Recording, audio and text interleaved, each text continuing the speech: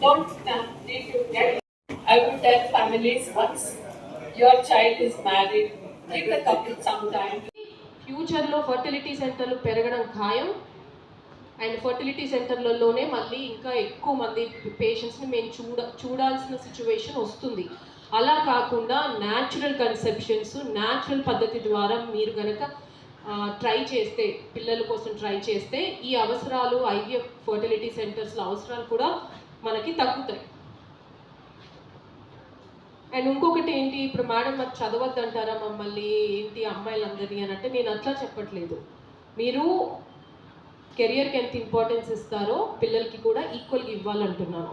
ఇప్పుడు చదువుకునేటప్పుడు ఇమీడియట్గా పెళ్ళయ్యాక 5 years తర్వాతే కానీ నేను ప్లాన్ చేయనని అనుకుంటారు. మీరు అదే డెసిషన్ మీరు తీసుకున్నట్టయితే ఒక ఏఎంహెచ్ టెస్ట్ చేయించుకోండి, మీ ఎగ్స్ ఎట్లా ఉన్నాయో తెలుస్తాయి. స్పర్మ్ టెస్ట్ చేయించుకోండి, స్పర్మ్ ఎలా ఉందో తెలుస్తుంది.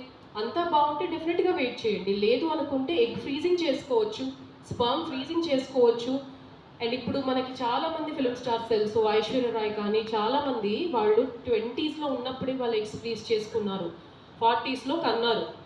సో వాళ్ళు యంగ్ ఏజ్లో ఉన్న బేబీనే కదా ఇప్పుడు కనింది. సైన్స్ టెక్నాలజీని మనం ఈ విధంగా యూజ్ చేసుకోవచ్చు.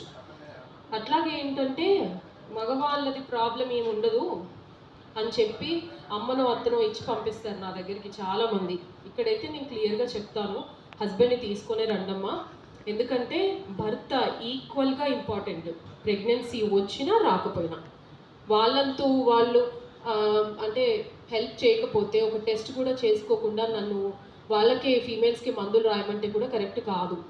సో మగవాళ్ళకి ఒకప్పుడు ఉన్న స్పర్మ్ కౌంటు మొటిలిటీ ఇప్పుడు లేదు. ఆ వీర్యంలో కూడా ఆ నాణ్యత ఉండట్లేదు. ఎలా అయితే ఎగ్స్ తగ్గుతున్నాయో స్పర్మ్ క్వాలిటీ కూడా తగ్గుతుంది. అండ్ చాలా మటుకు కూడా సెక్షువల్గా కూడా యాక్టివ్గా ఉండకపోవడము, టెస్టోస్టిరాన్ తగ్గిపోవడము, ఫెమినైజింగ్ హార్మోన్స్ ఎక్కువ అవ్వడం మగవాళ్ళలో కూడా నోటీస్ చేస్తున్నాము. ఎరెక్టైల్ డిస్ఫంక్షన్స్ కానివ్వండి, ఇలాంటి సెక్షువల్ రిలేటెడ్ ప్రాబ్లమ్స్కి కూడా మన దగ్గర అయితే స్పెషల్గా ఆండ్రూ లైఫ్ అనే ఫర్టిలిటీ క్లినిక్, దానికి మేల్ డాక్టర్ కూడా ఉన్నారు. సో అంటే ఇవన్నీ ఒకప్పుడు లేవు, కానీ సెగ్మెంట్ వైజ్ చూస్తే కొత్త కొత్త ప్రాబ్లమ్స్ రావడం జరుగుతుంది. కాబట్టి మనము ఫ్యూచర్ని 10 years తర్వాత జరిగే ఇష్యూస్ని మనం ఇప్పుడు కంట్రోల్లో తీసుకొని అందరం రెస్పాన్సిబుల్గా మనం తీసుకుంటే మాత్రము ఇది చాలా అంటే అందరికీ ఉపయోగపడుతుందని చెప్తాను. జనని డైలాగ్స్ అనేది ఎక్కువ మందిని పిల్లలు కలడానికి ఎందుకు చెప్తుందనంటే, ఇవాల్టి రోజున మనం ఇది మొదలు పెడితే this is a beginning for a future India, future country. And family friendly initiatives అన్నీ కూడా మనకి గవర్నమెంట్ సైడ్ నుంచి కూడా సపోర్టివ్ ఎకో సిస్టమ్స్ ఉండాలి.